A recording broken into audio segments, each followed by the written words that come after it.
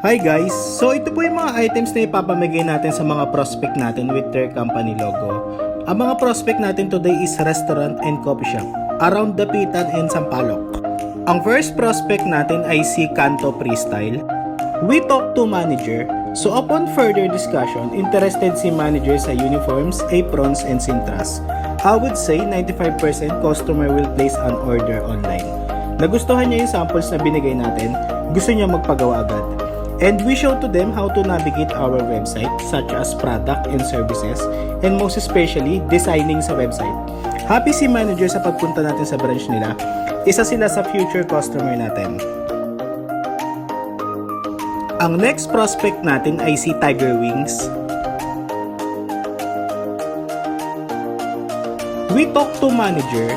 So what we do here first is i-demo ang customer visit kit. Dahil hindi nila kilala si TransferIt. Wala silang supplier. May dala tayong samples with their company logo. Nagbigay tayo ng CBC round neck, PQ collar, Katrina apron, mugs, and canvas bag. And same thing, nagturo tayo kung paano mag-layout sa website. Overall, smooth ang conversation. In-invite ko din sila pumunta dito sa main office natin para ma-visual nila yung pwede nilang ipang-giveaway sa mga customer nila.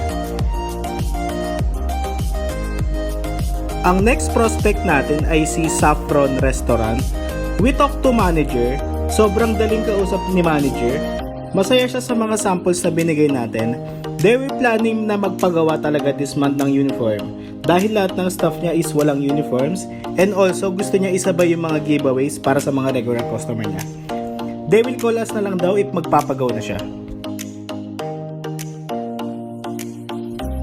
Ang next prospect namin ay si La Frontera Restaurant. Interested yung mga staff dito magpagawa ng uniforms nila. So nagpa-quote sila ng pricing kung magkano. Nagbigay din tayo ng discount, minimum of 6 pieces, wholesale pricing. They were so happy sa mga binigay natin na items sa kanila. Kaya importante may ibibigay tayo na samples dahil minsan kung ano yung binigay natin na sample, yun din ang gusto nila ipagawa. Iba nga lang ng kulay. Hindi man ganun kadami ang gusto nila ipagawa. Ang importante sa atin sila kukuha.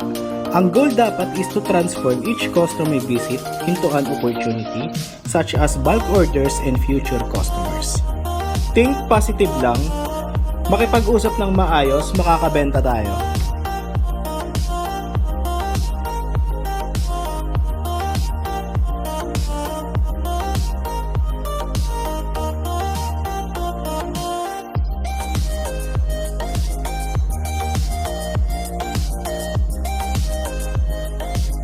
Ang next prospect namin ay si Mood Cafe, dito banda sa Sampaloc sa may Fusion Alley.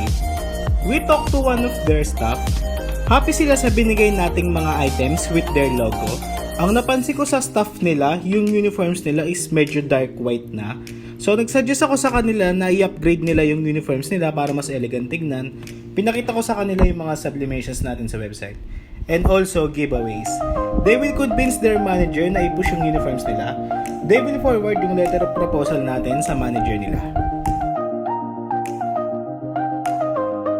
Ang next prospect namin ay si Box Korean Fried Chicken. So nag-observe muna kami sa loob bago namin kausapin yung manager kung ano magandang i-offer. Dahil yung mga uniforms nila is bagong palit. So nilatag namin lahat ng customer visit kit for their giveaways na din para makita nila. Nagturo na rin kami kung paano mag-layout sa website and kung ano yung products and services ni TransferIt. Meron din silang merch sa loob and paubos na yung stocks nila.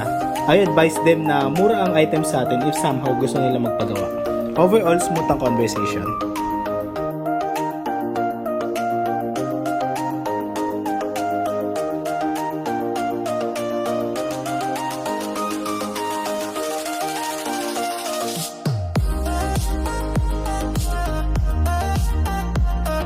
Ang next prospect namin ay si Coffee Ferk.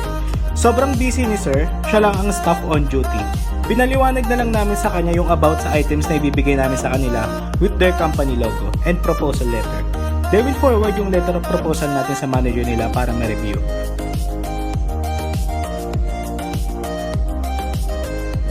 Ang last na pinuntahan namin ay si Feliz Unli Wings. Same thing, sobrang dami ng tao.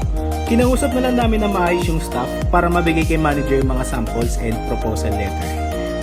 Most of their staff is walang uniforms,